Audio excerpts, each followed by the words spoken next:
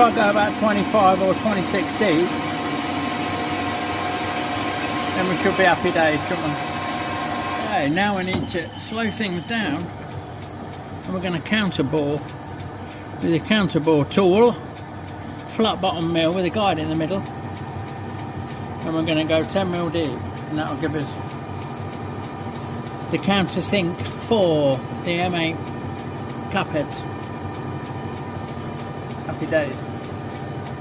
Just like that. That's just on 10mm deep, so let's have this out of the way. Speed things up again while we break that edge. And break that edge. Right, now we switch over to the parting blade, which I've been having a couple of issues with the hold up.